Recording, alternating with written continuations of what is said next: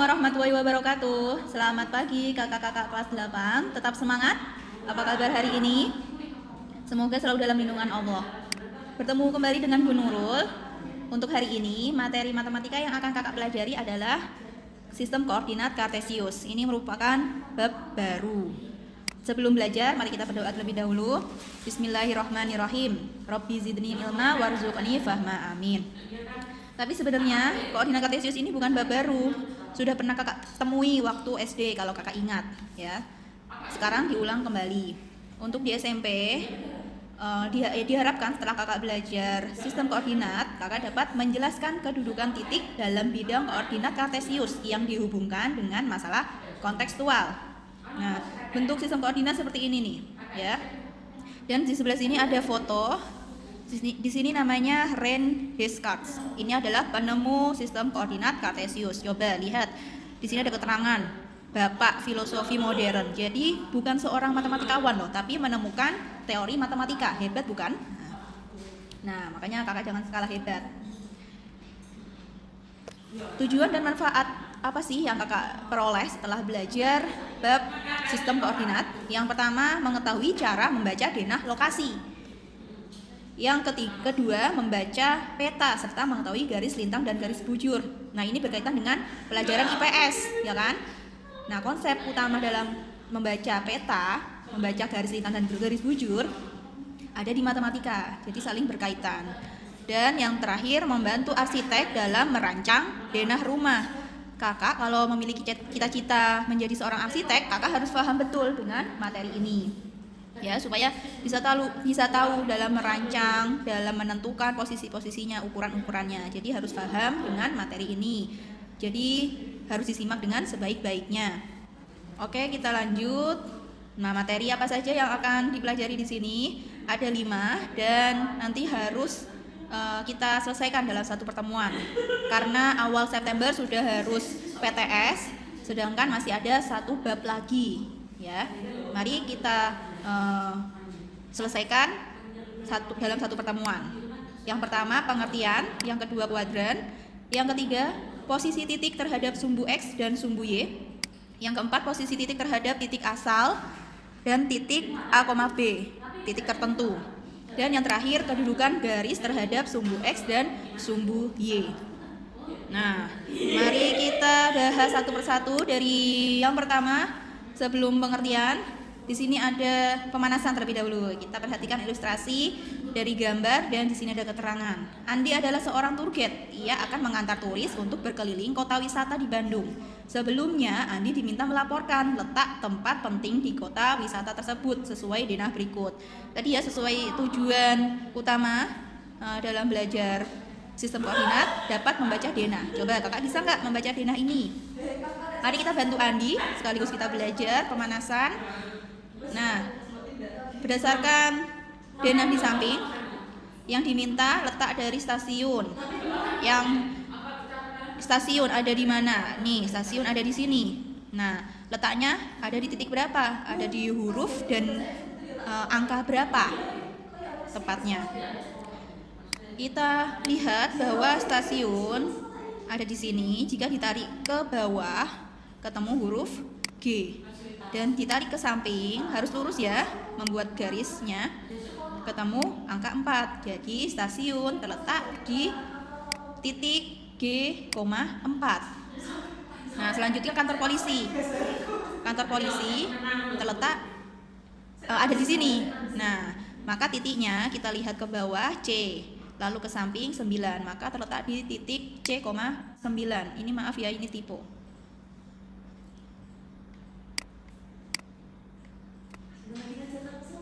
Selanjutnya bundaran terletak di, nah kalau posisinya ada di sini, maka E6 ya. Dan yang terakhir simpang 4 atau perempatan ada di sini, maka terletak di titik, kalau ke bawah ketemu huruf E, kalau ke samping ketemu angka 10, maka E, 10. Oke, itulah pemanasan. Nah, maka pengertian koordinat kartesius itu apa sih? Koordinat kartesius merupakan alat bantu yang menggambarkan letak suatu titik atau objek pada bidang datar. Nah, bentuk dari koordinat kartesius seperti ini. Kalau tadi cuma sampel dalam bentuk lain yang dikaitkan dengan masalah kontekstual, yaitu denah suatu kota wisata. Nah, aslinya dari konsep matematika bentuknya seperti ini. Ada sumbu X, yaitu sumbu mendatar, horizontal. Istilah lainnya absis. Jadi kalau ketemu kata absis, ini artinya sumbu X. Lalu ada sumbu Y, ini bentuknya vertikal, sumbu tegak lurus. Istilah lainnya ordinat. Dan untuk sumbu Y dan sumbu X ada angka-angka. Untuk yang X, oh ya ini kan titik temunya antara sumbu X dan sumbu Y ada di titik 0,0. Jadi untuk X ke kanan angkanya bernilai positif dan X ke kiri angkanya bernilai negatif. Seperti garis bilangan pada bilangan bulat ya Kak. Kalau untuk Y karena dia vertikal jadi kaitannya dengan atas dan bawah. Kalau yang bawah negatif, kalau yang atas positif. Dan untuk menuliskan angka-angkanya, menggambarkan posisi angka-angkanya harus sama ukurannya, jaraknya harus sama. Kalau nggak sama, nanti akan menimbulkan persepsi yang berbeda. Posisi titiknya nanti nggak sesuai, harusnya di situ, malah di sana, gitu ya. Nah, oke, di sini ada A, B, C, D. Ini merupakan objek-objek atau titik. Ya. Begitu ya. Selanjutnya, yang kedua, materi tentang posisi titik terhadap sumbu X dan sumbu Y. Tadi kan ada sumbu X dan sumbu Y dan ada titik. Kakak harus bisa menentukan jaraknya, jarak titik terhadap sumbu X dan terhadap sumbu Y. Nah, nanti juga disebut dengan titik koordinat. Harus bisa menentukan titik koordinatnya.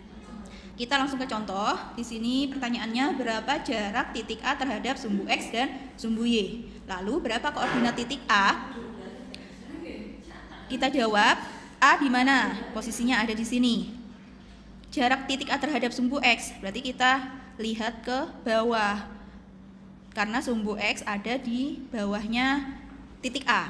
Jadi kita harus tarik garis lurus ke sumbu X ke bawah. Nah, nanti dihitung ada berapa langkah. Itulah yang disebut dengan jarak titik A terhadap sumbu X. Kita hitung 1, 2, 3, 4. Jadi titik A berjarak 4 satuan terhadap sumbu X. Nah, setiap kotaknya ini, setiap langkahnya ini disebut satuan. Nah, selanjutnya terhadap sumbu Y, kita hitung langkahnya mengarah ke sumbu Y, berarti ke kirinya harus lurus. 1, 2, 3, 4, 5, 6. Nah, jadi titik A berjarak 6 satuan terhadap sumbu Y. Kok kebalikan Bu? Kan di Y itu angkanya 4. Tapi kok itu menjadi jarak titik A terhadap sumbu X?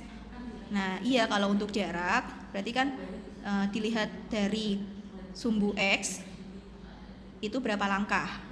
Nah, ini sesuai dengan posisinya terletak di titik 4 dari sumbu Y. Jadi kalau jarak terhadap sumbu X dan sumbu Y itu malah kebalikannya. Tapi kalau untuk titik koordinatnya sesuai dengan angka yang ada di X dan Y. Setelah ditarik garis lurus, ketemunya itu di angka berapa. Jadi untuk koordinat titik A, nah di X-nya angka 6 dan di Y-nya angka 4, maka titiknya 6,4. Untuk menuliskannya jangan sampai kebalik, harus X dulu baru Y. Kalau kebalik, nah ini sekaligus harus bisa menentukan ya, kalau diketahui titik 6,4. Berarti kan 6,4 ditarik garis lurus ketemu ada di sini. Tapi kalau kebalik 6,4, 6 terus di sini 4. Nah, kalau kebalik posisinya di sini, padahal kan berbeda. Inilah nanti yang tadi Ibu bilang di awal, kalau kebalik akan menimbulkan persepsi yang salah, ya. Jadi jangan sampai seperti ini.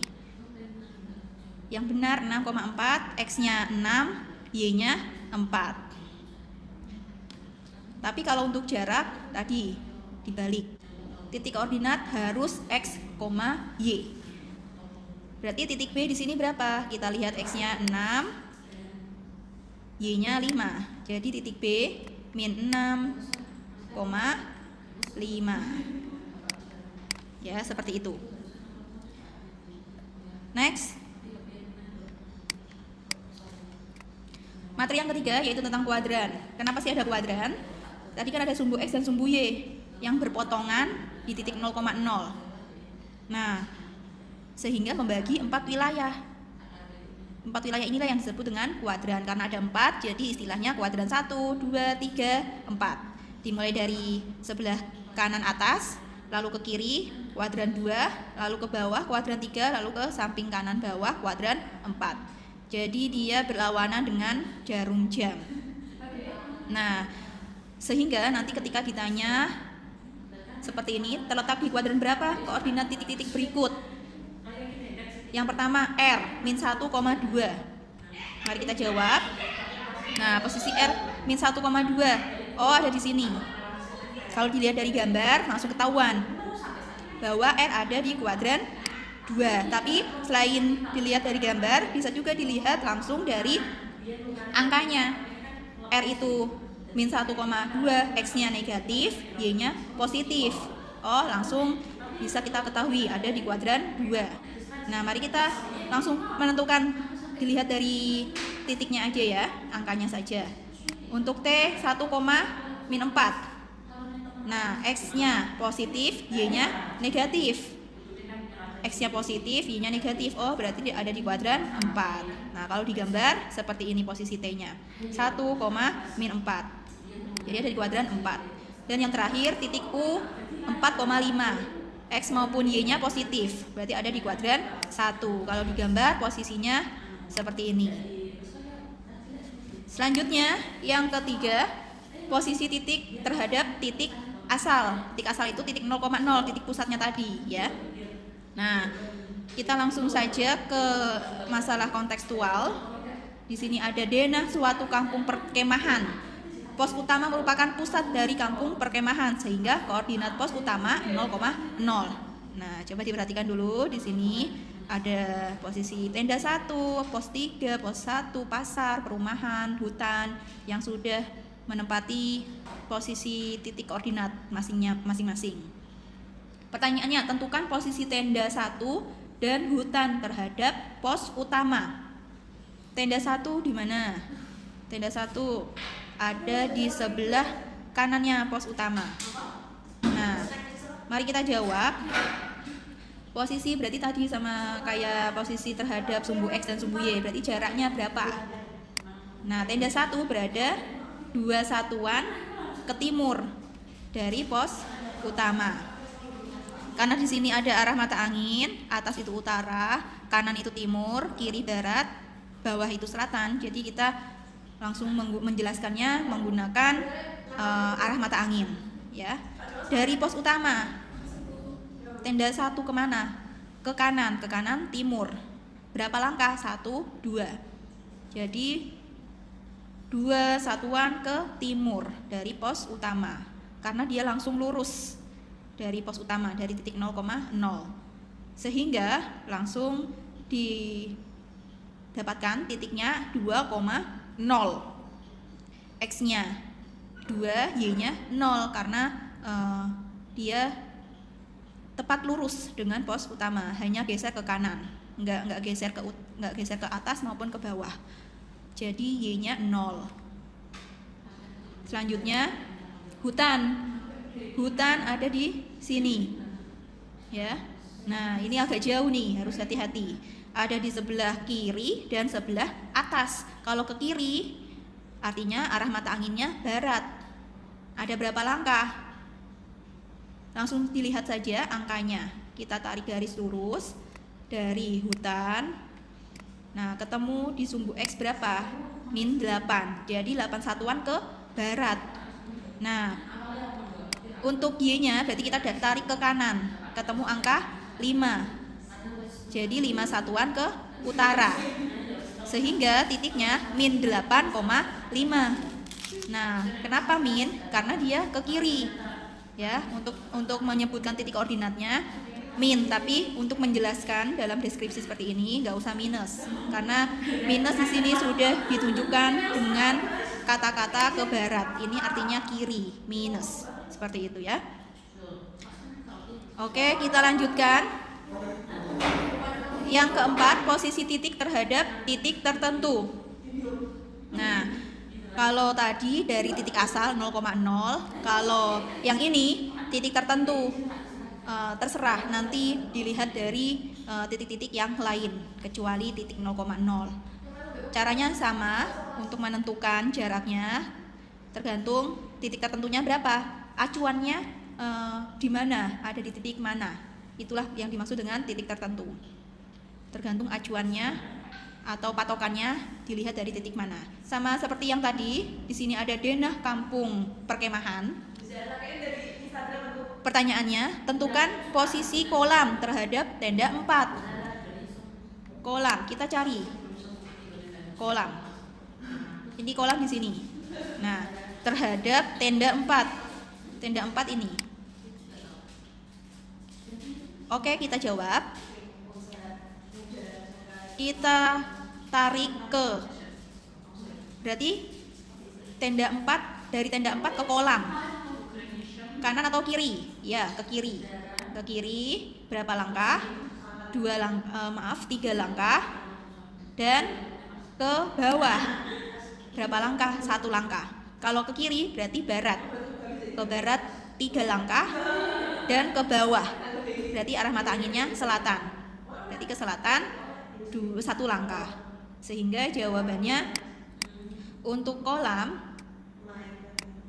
terhadap tenda 4 berada 3 satuan ke barat dan 1 satuan ke selatan dari tenda 4. Berarti pokoknya kita fokusnya ke titik acuannya dulu, baru ditarik garis menuju ke posisi yang diminta.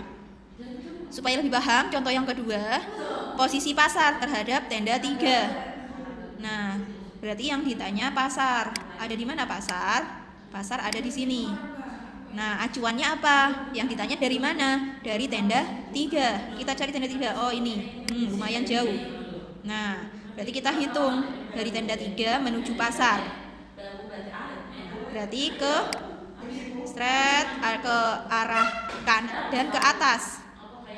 Ke atas berarti ke utara. Ke kanan berapa langkah? 1, 2, 3, 4, 5, 6 langkah. Jadi 6 satuan ke, kalau kanan timur. Dan ke atas berapa langkah? 1, 2, 3. Jadi 3 satuan kalau ke atas berarti utara. Sehingga untuk posisi pasar terhadap tenda 3 berada 6 satuan ke timur dan 3 satuan ke utara dari tenda 3. Oke Kak, gampang ya? Semoga bisa dipahami. Dan yang terakhir, posisi garis terhadap sumbu X dan sumbu Y. Nah, kalau ini garis. Kalau garis kaitannya dengan kedudukan 2 garis. Masih ingat ya pelajaran kelas 7 tentang garis dan sudut. Kedudukan garis ada apa saja? Sejajar, berpotongan, bersilangan, dan berhimpit. Ya. Nah, kita perhatikan ilustrasi yang ada di sini. Untuk garis A ini yang berwarna hijau nih. Nah, garis A dengan sumbu X apa hubungannya? Kalau dilanjutkan, garis A sama sumbu X bakalan ketemu nggak? Nggak akan ketemu. Kalau 2 garis yang tidak pernah bertemu disebut sejajar. Sehingga garis A terhadap sumbu X adalah sejajar. Nah, selanjutnya ada garis B. Garis B warna biru. Kalau dengan sumbu Y hubungannya apa? Sama seperti tadi garis A dengan sumbu X ya. Karena tidak akan pernah bertemu, maka garis B sejajar dengan sumbu Y. Nah, tapi kalau dengan sumbu X garis B berpotongan. Ya. Garis B berpotongan dengan sumbu X. Berpotongannya di titik berapa? Nah, jadi kalau berpotongan kan ketemu di satu titik. Untuk garis B dengan sumbu X bertemu di titik 4,0. Ya, kalau ditanya titik potongnya harus bisa menentukan. Nah, selanjutnya di sini ada keterangan garis yang berpotongan tegak lurus. Di sini juga garis B selain bertemu dengan garis X, bertemu juga dengan garis A. Nih garis biru dengan garis hijau. Ini juga berpotongan. Sehingga memiliki titik perpotongan yaitu 4,4. Jadi seperti itulah untuk garis hubungannya, posisinya berarti sejajar atau berpotongan dengan sumbu X atau sumbu Y.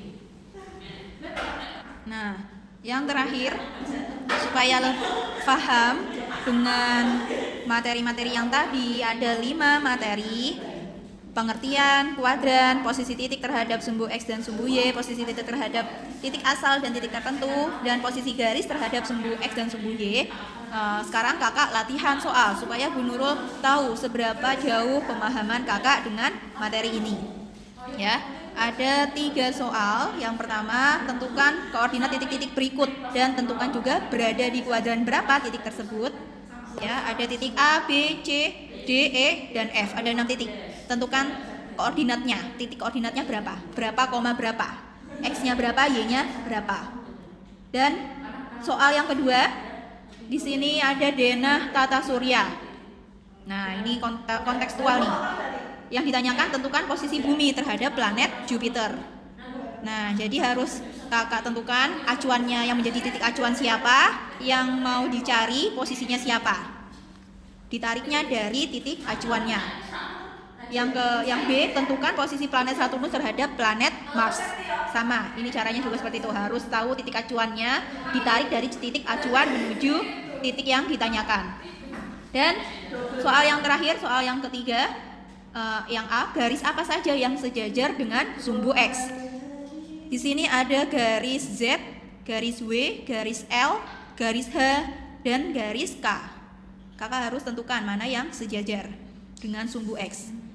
Lalu yang terakhir 3B, berapa titik perpotongan garis K dengan garis W? Berapa titik koordinatnya? Di titik koordinat berapa garis W dan garis K bertemu? Seperti itu ya Kak. Tolong dikerjakan dengan semaksimal mungkin. Dikerjakan di buku tulis seperti biasa, lalu difoto dan dikirim ke Google Classroom.